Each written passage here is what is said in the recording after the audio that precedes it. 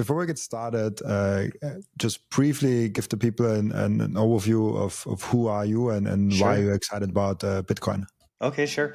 Yeah, so my background's in traditional finance. I was in that space for about 25 years in wealth management, and found Bitcoin like many people in 2017. And it slowly, just completely disrupted my view of the financial world.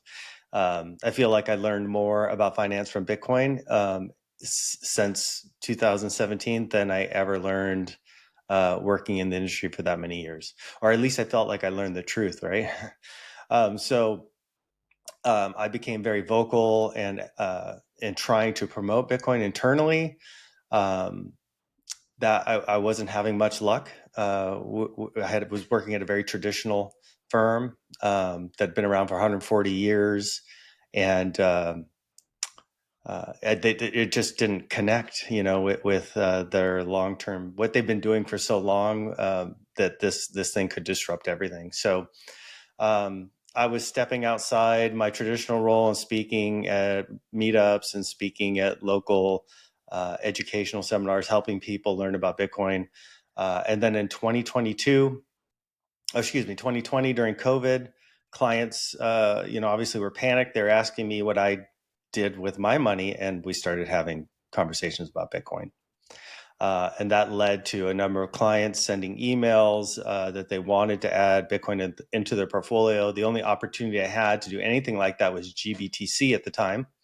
I sent those emails to the trading desk, and of course, everybody's at home, and the trading desk let it go. I didn't think it was going to happen.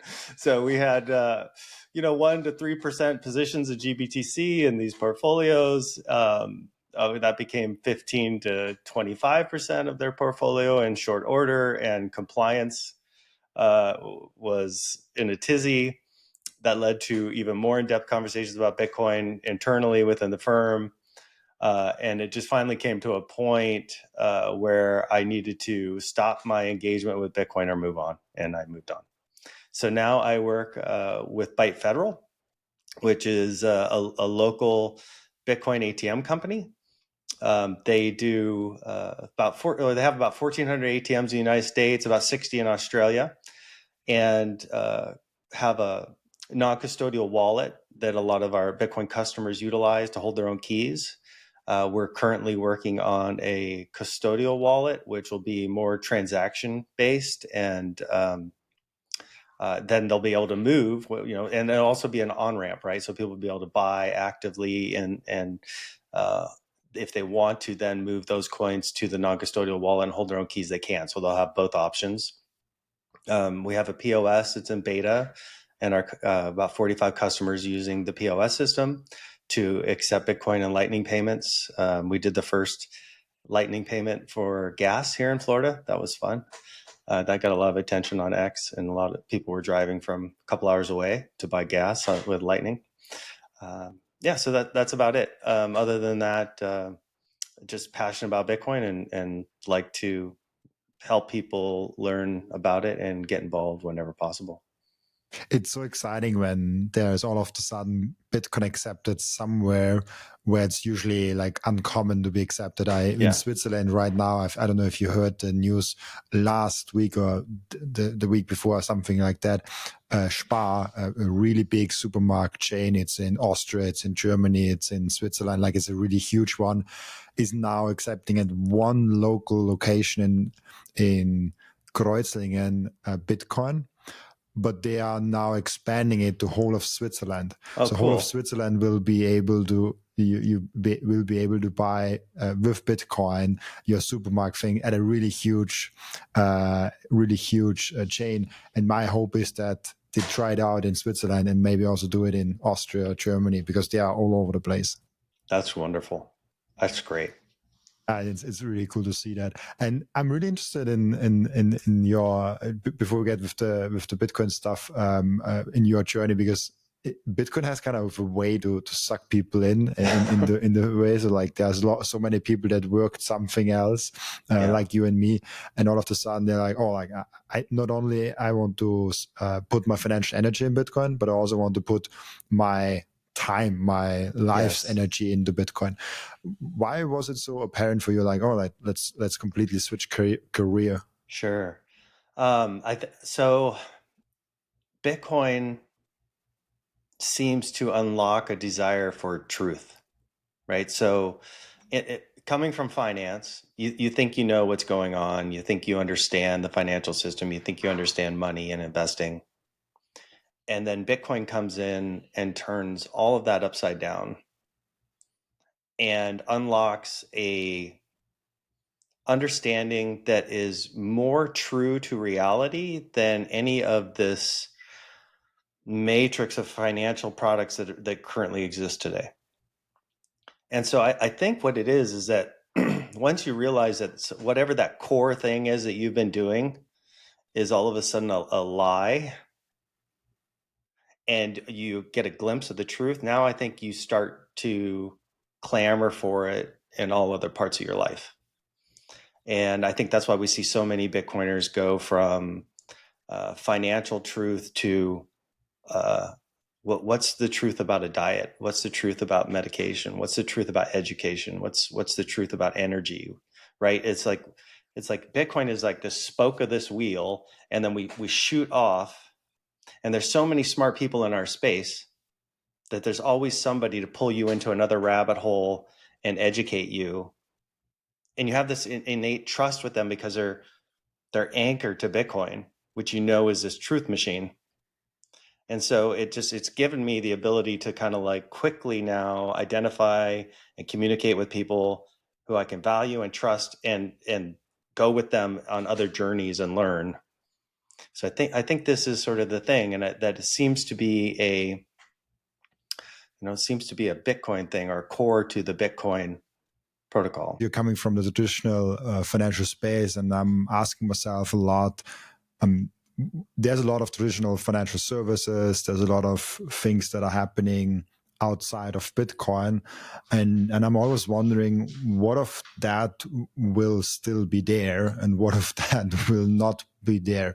For example, central banks or like local community banks or like those lending things. Like there's a lot of financial services that are important in the traditional financial space, and I'm wondering, as someone that comes from that space, what will survive in a Bitcoin world, and what kind of will maybe die in a Bitcoin world.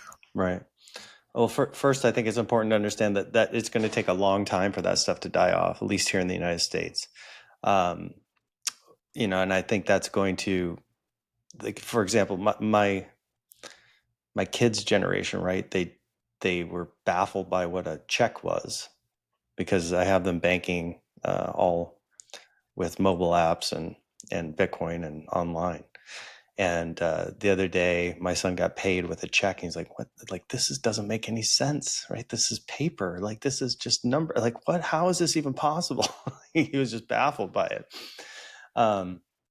So I think it just generationally will dissipate and go away.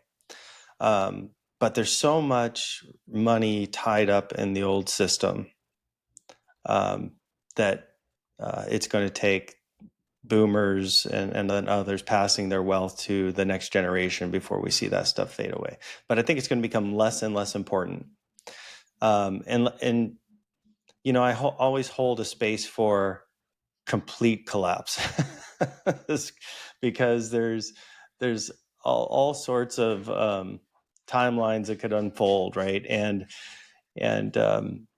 if but that question of collapse doesn't necessarily mean that the old system dies. It might just mean that it morphs into a stable coin and digital banking infrastructure, right? Where we do have Bitcoin, but we also have centralized digital infrastructure that we're interacting with, and that Wall Street TradFi system just morphs into that, and the players sort of change, and some die off and some move forward. I think we're kind of seeing that today. So I think the only way that goes away is in a complete collapse scenario, and I don't know that any of us really want to experience that, or even want our friends and family to experience that. So, as much as I would love to see a Bitcoin only future, I think the best thing that can happen is a slower transition where people volunteer to be a part of that Bitcoin standard, as opposed to having it, thrust upon them. Yeah, it's a good point. You need the grassroots movements. I mean, we see what problems come. In El Salvador was an interesting thing, because there was a grassroots movement, but then all of a sudden, very early on, someone tried, Nayib Bukele tried to also push it down from the top, and it went good, but also there was some bad things coming with that. And just really quickly, because I also had in my whole life just one physical check in my hands, and I couldn't redeem it. I actually put it in my waste paper basket. It was like, I don't know, $15 or something like that, because I was running from bank to bank, and for some reason I couldn't get it out of there. So I can really relate to that. First I'm getting that, I'm like, is that a joke? Like, right. what the hell did I just get? How can this be true? How can you just write your name on paper and somebody can turn that in for money?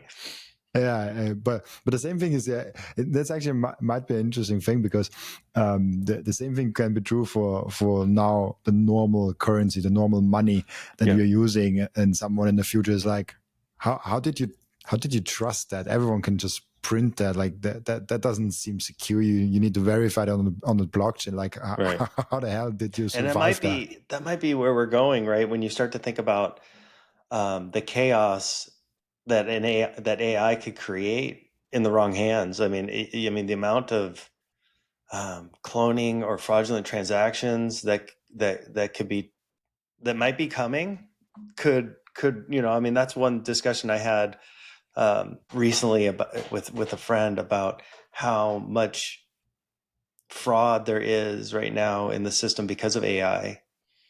And if that gets levered up to where you just cannot trust a transaction, that you can't trust that it'll settle without it being pushed, right?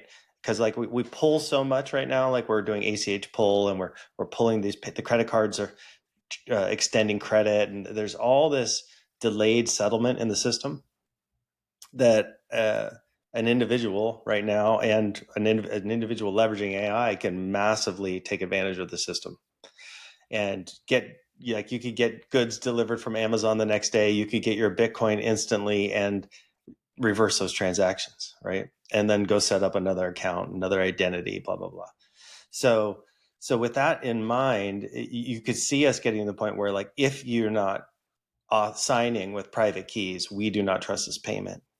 And then what does that mean for adoption, right? That's one of those things where you're like, so much fraud and so much corruption could lead to it being like, we will accept nothing but Bitcoin. That's a good point. Do you think AI ultimately enhances the Bitcoin adoption? I think it does. I think it does in a big way. Yeah, we have these conversations all the time at work. We were recently talking about, like, what does an AI potentially hire humans to do some sort of work on a task that needs to be done in the physical world, and then pays them in Bitcoin, and they go to the Bitcoin ATM to turn that into cash. Or does a human go out and do services for cash and bring it to the ATM and convert it to Bitcoin to pay the AI, like its fee or whatever it's doing? Like, who knows, right? I mean, I think there's going to be a really wild interface between humans and AI going forward, and I think Bitcoin is the currency of that space for sure. It's how do you KYC an AI, right? You can't do it. So you have to rely on private keys, and that AI controls its own private keys, and it can sign and push out a payment. Then that's how you verify, if all payments are just only going to be verified by private keys, because we want to empower this robotic future, then we have to rely on public private key pairs. We can't rely on identity anymore. Because you can fake identity with AI so good, the voice, the sound, everything. Yeah, right. So, I mean, I know Strategy is working on something of this type, and lots of other projects have worked on decentralized identity. But at the end of the day, right, the simple way to look at it, it comes down to like, do you control the private key, and therefore you can push a payment? And then we're not going to worry about who's on the other end. And then people will laugh at us from the future that we accept that paper that you can literally print out of a printer. Yeah. AI is going to laugh at us for sure. Like, you crazy people. AI, I think, is already laughing at us. That the questions that we pose to AI are like, oh, like, that's so obvious. Come on, do better, humans. Yeah, exactly. It's good stuff. I actually want to do that. I didn't get to that, but I want to have a podcast like that with an AI. Probably like ChatGPT is probably a good one. Just have a conversation, because I've seen some people do it when it came out, and I think now it's so much more advanced that it actually could be an interesting chat. And I know I've heard Jeff Booth talk about an AI brain, that an avatar that he's created of himself that he sends to meetings. He's mentioned this on a couple of different podcasts. It might be interesting to try and have a podcast with his avatar. Oh gosh, that would be so fun. It would be, because I had Jeff on, I think 2 times already. So it would be so fun. Who knows? Maybe you are talking to his avatar. Then it would be a very good one. Right? If you ask him and he says, well, you've already done it, Rob. That would be pretty awesome. He's like, yeah, like the 3rd time, let's do it again. It's I mean, I don't know how much this has to do with Bitcoin, but it's a really interesting question of how we move forward. It's already now on Twitter or on any social media app for that matter, but I'm mostly on Twitter. When you see a video, the first thing you're like, is that, if you see something crazy, you first like, is that AI? You always have the kind of suspicion that, is that AI? And usually if it's AI, there's like community notes coming up and 100%. Like, oh, like this is AI because of that and that. But we are just in the beginning of that phase. Absolutely. So, I got a story about that. So we had a week here where there was orbs all over where I live.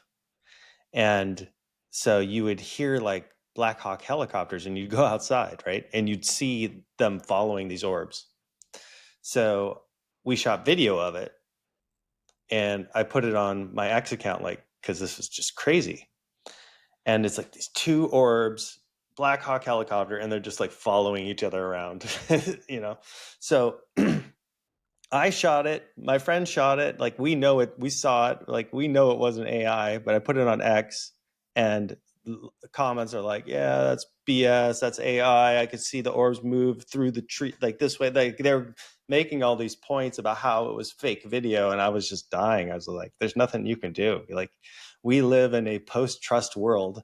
It doesn't matter what you know. Everybody's going to have their own interpretation and think it's a lie or a scam. So what's the value of even trying to convince anybody of anything? You have to live like just in your own truth and find your own way. Like, it's a wild experience to see people just blatantly think that you're scamming them when you're trying to do your best thing. And that's happened, I'm sure, with you as well. Like, when you're talking about Bitcoin, there's some people that just, like, as much as you feel and know it's real and true, they will never accept it, or they won't. They think you're trying to do something. They think you're trying to scam them. Thank you for watching this video. This was only a snippet of the podcast. And if you want to watch the full episode and get all of the context of this episode, you can click right here or here. Oh, maybe also here.